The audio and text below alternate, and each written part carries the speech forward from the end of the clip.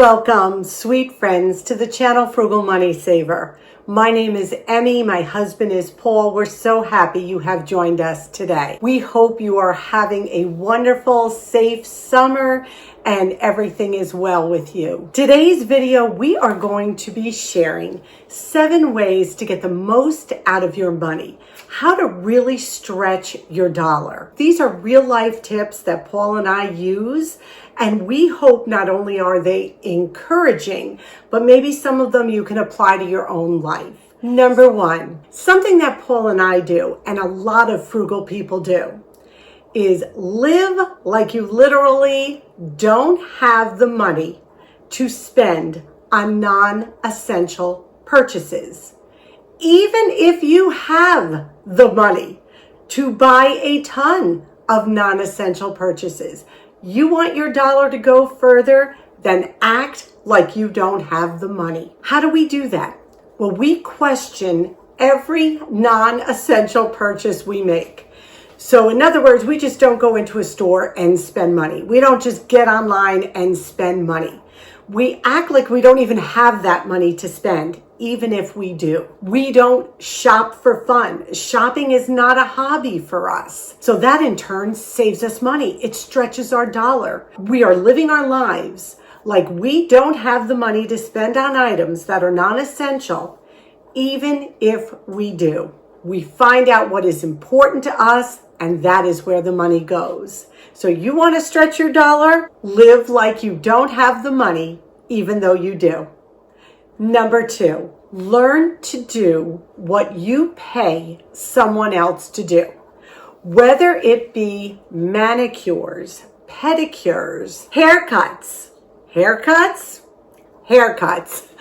We're going to get outside and I am going to show you how I give Paul a simple haircut. Going to a barber or a hairstylist in our area for a man is about $25 to $30 just for a regular cut, nothing fancy. And those of you who know Paul, his hair is not wild. It doesn't need a lot of work to it. So I just cut it simply maybe once a month to clear up the back, thin it out, and it looks great. Let me show you how I do it and the results after. One of the things we have been doing for a while now is cutting each other's hair. And I know I have done a video where Paul has shown you how he had cut my hair, and it was a pretty funny video. I'll link that down below if you've never seen it. But this is just how we do it.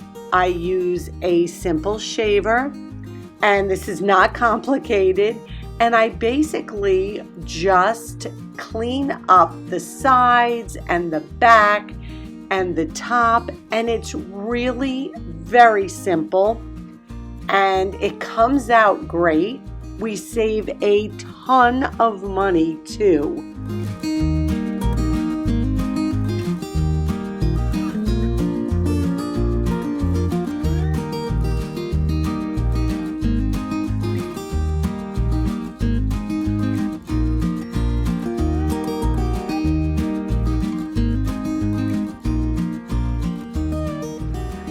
Okay, how handsome. Look at this. Beautiful. And all it took was a little bit of time, right? How do you feel about What a ham. I think it's great. It's great. I have no hair to begin with. It's $25 plus a tip to get my hair cut, every 2 weeks? It's crazy. It's crazy. There's nothing here. So she does it for me. Paul approved. Now, the part I didn't show you, I thought the camera was rolling, but it wasn't, is I took the guard off, and that allows it to be the closest shave you can get. You have to be very, very careful with that. And then I just clean up the back. I just go across, get all those wispy hairs. I do his sideburns. You have to be really careful, though, because that is sharp. But this has saved us hundreds and hundreds of dollars. It has stretched our money. Instead of Paul going and paying for that, I'm able to do it myself. Now, we watched videos. I learned how to do it. I'm very careful. It works for us. But that is one way we stretch our money. We find ways to do things that we used to pay other people to do. I do my own nails. You know, I've done videos on that. That saves us a lot of money. So learn if you can, and it's safe, to do the things you pay other people to do for you. Number 3, we live, and you should live, independently from society's judgment. Stop caring about what other people think of you, about what other people own, how they live their life, how they are judging you on how you are living your life. You need to become independent of society's judgment. Paul and I have lived this way for a while. Now, it is not wrong to have nice things. We have beautiful things, and I thank God for them. But we're not buying them to impress anybody. We're not buying them because everybody else, well, except for the Instapot, and we all know how that turned out, but we are not buying things to be equivalent or equal or better than anyone. And the trick to this hint is to be true to who you are, your values, and your beliefs on what is important to you. The problem with trying to keep up with society is a lot of people will go into deep debt to do that. Instead of saving in an emergency fund or in a savings account for something you want down the line, they are spending that money and more, sometimes going into debt just to escape the judgment of society. That's Dixie. I don't know if you can hear her. She's playing next to me. Live apart from society and its judgment. Number 4, and this is one I started telling you a couple of years ago. And this is a really good tip. You're going to laugh at it maybe, but this is something that Paul and I came up with. Keep a frozen pizza in your freezer. Why am I telling you to do this? Those of you who follow me know that when you are tired, or when you have had a long day, or when you just don't feel like cooking, the first thing you're going to do is go through a drive-through. You are going to go out to eat. You're going to call DoorDash or whatever those things are. But if you have the convenience of having a simple frozen pizza in your freezer, you can turn it into a literal gourmet meal. I'm going to show you exactly what we're talking about. So let's turn this camera around, get into the kitchen, and we'll show you how to elevate a simple frozen pizza. You know what? It's one of those days. Remember how I told you we always keep a frozen pizza in the freezer for nights when we are tired or it's just been a long day, and today is one of those days. So we are taking our frozen pizza that we always keep one in the freezer. I really like the Tree Tavern pizza. The ingredients are minimal. As you can see, the ingredients are actually really good. They even use non-GMO canola oil, olive oil, oregano. Look at this. So this is really a pretty decent pizza. Yes, I understand I can make my own crust, and most of the time we do, but tonight's just one of those nights.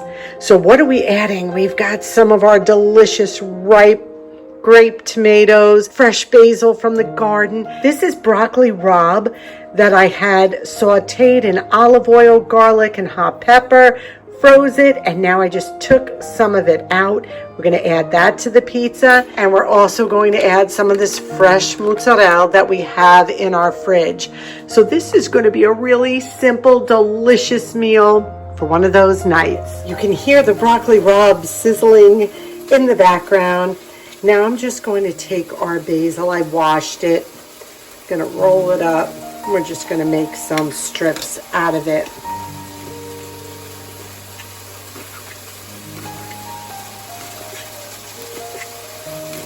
This is just going to add such a freshness to the pizza. Cut our little tomatoes in half. I may even get a couple more of these. I have extra. But this is just taking a frozen pizza, elevating it just a little. It's going to be perfect. I'm also going to take the mozzarella out. It's pre-sliced. That's the one that was on sale. So that's the one we bought. And I'm just going to cut that as well. What we're just going to do is sprinkle this all over the top.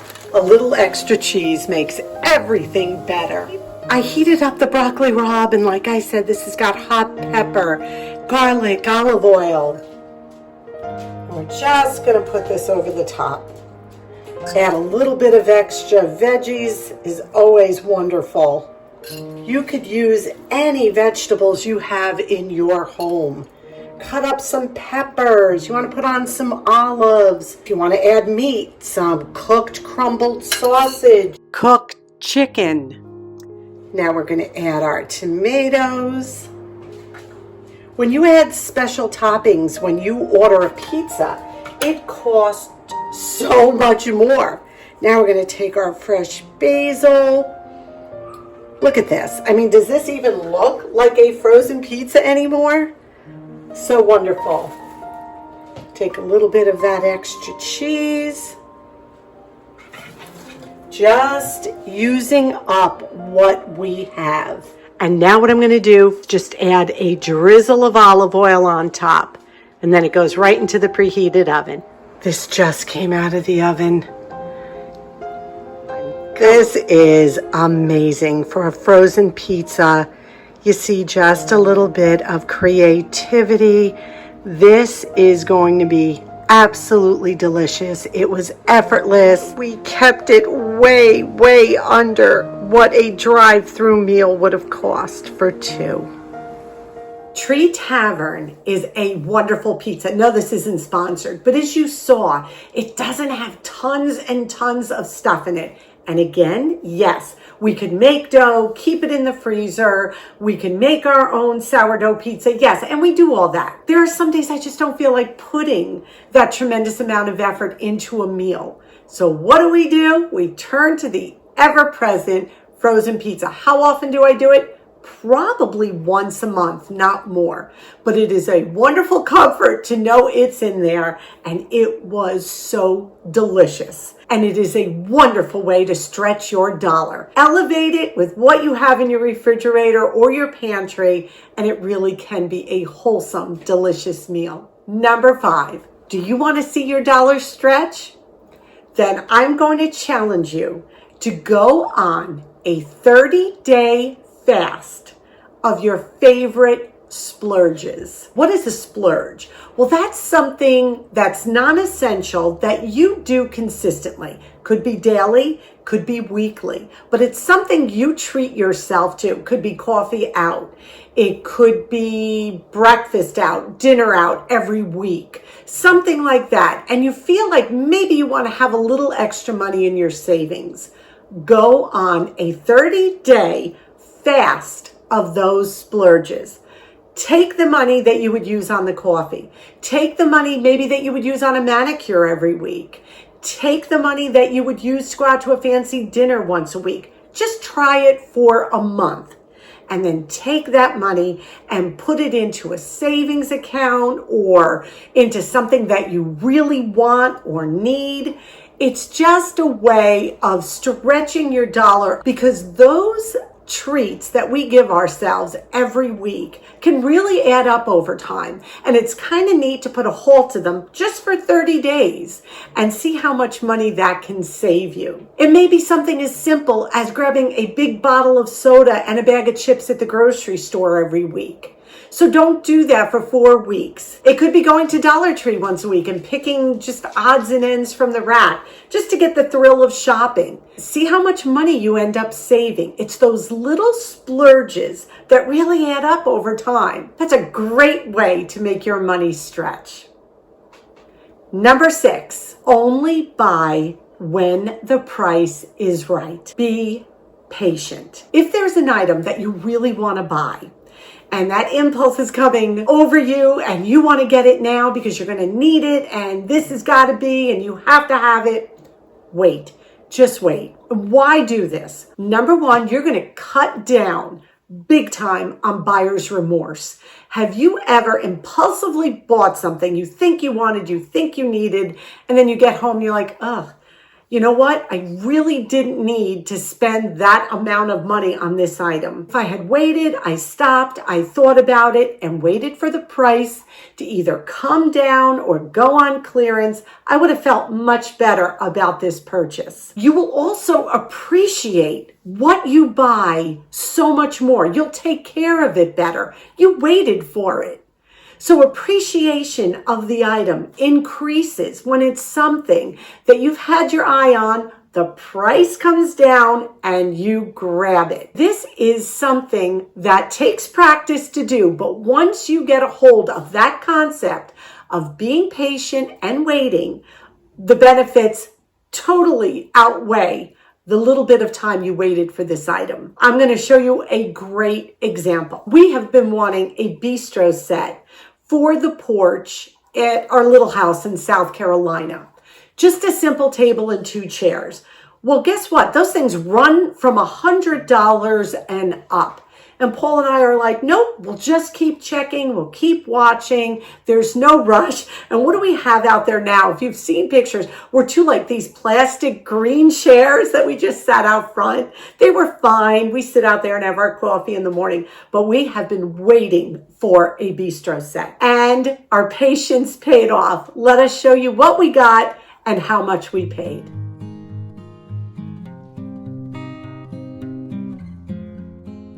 Here is our adorable bistro set. It is 2 folding chairs and a glass table.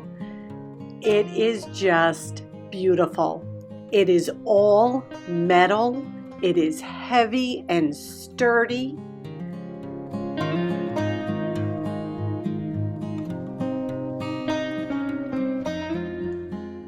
A perfect addition to our Carolina front porch. You can see the metal work. It's just a beautiful, beautiful set.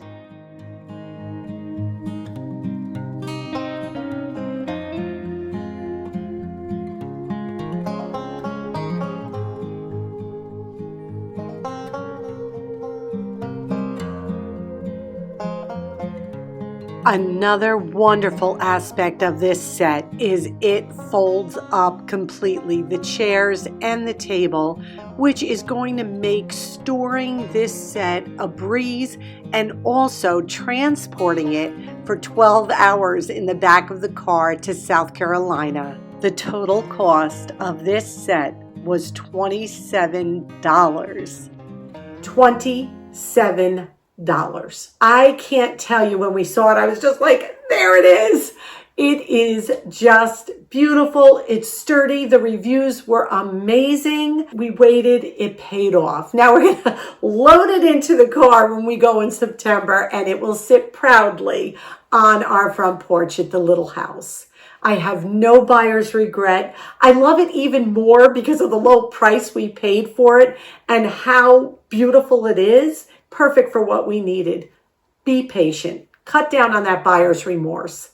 Please take your time. Wait for the price to come down. Shop around. Do your research. And then when you're ready to buy, you'll know it. Number 7. Please watch out for lifestyle inflation. Sometimes what happens if we start having extra income coming in, lifestyle inflation can creep in along with the added income. Paul started getting Social Security several months ago. So that's a nice little added chunk of change that we have coming in. We have to act like we don't have that income coming in. We made it before on the money we had coming in. We don't want to take that and say, let's just splurge. Let's just buy things we don't need, go places we don't even want to go, do things that we may not even want to do. just because maybe there's a little more income coming in. You may have gotten a second job. You may have gotten a pay increase. Just be cautious, be careful when that income increases, that your lifestyle on non-essential and frivolous purchases and actions don't increase as well. What happens with the lifestyle creep is you think you have this money coming in now. I can go into debt. I can buy something, put it on my credit card and pay it off because now I have the extra money coming in. My advice to you would be to save that money. And when you have it in full, then buy the item. Do not go into new debt just because you have extra money coming in. Doesn't make sense, and it kind of negates the whole having that extra income coming in to help you with necessary purchases. So we hope this video was encouraging. We hope it was helpful. We hope you can take some of these tips, hints, ideas that we use on a regular basis and apply them to your own life and allow your money to work for you and get more from your money instead of less. Today's question of the day: have you waited for something patiently that you've wanted or you've needed and then been able to get it when it was reduced in price or you got a great deal? Please share that with us down below, because it won't only encourage us, it'll encourage our viewers to be patient, to wait, because those deals are out there. Just be patient, save your money, and then when those items become available, enjoy. We thank you so much for spending this time with us. We ask that you please take a minute and give this video a big thumbs up.